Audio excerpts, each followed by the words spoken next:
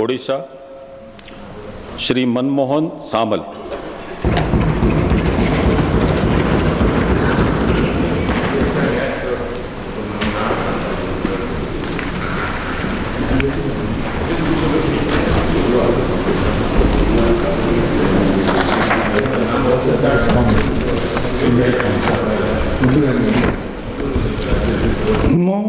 मनमोहन सामल राज्यसभा सदस्य भाव निर्वाचित होईछि। ईश्वर नाम शपथ करुच्ची जे मु विधि द्वारा स्थापित भारतर संविधान प्रति दृढ़ निष्ठा और आनुगत्य रखिबी एवं भारतर सार्वभौमत्व और अखंडता को अक्षुण्ण रखिबी एवं जो कार्य मु जोग देवाकू जाउछि ताहा मु विश्वास सहित संपादन करिबी।